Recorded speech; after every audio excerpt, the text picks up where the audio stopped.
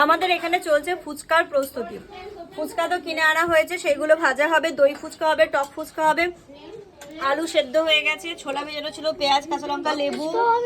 হ্যাঁ এই যে এটা হচ্ছে কি বলতো, ইমলি ট্যামারিন্ড।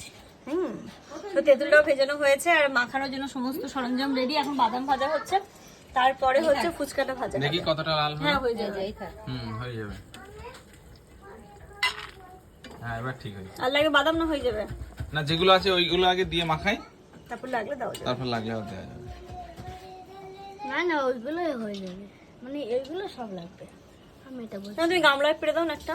গামলা একটা না পাত্র না, দেবো। ওই সে বিরিয়ানি যেটা হাঁড়ি আছে না, ওই হাঁড়িটা ভালো, তাহলে সবগুলো একসাথে মাখানো যাবে। তাহলে আজকে মোটামুটি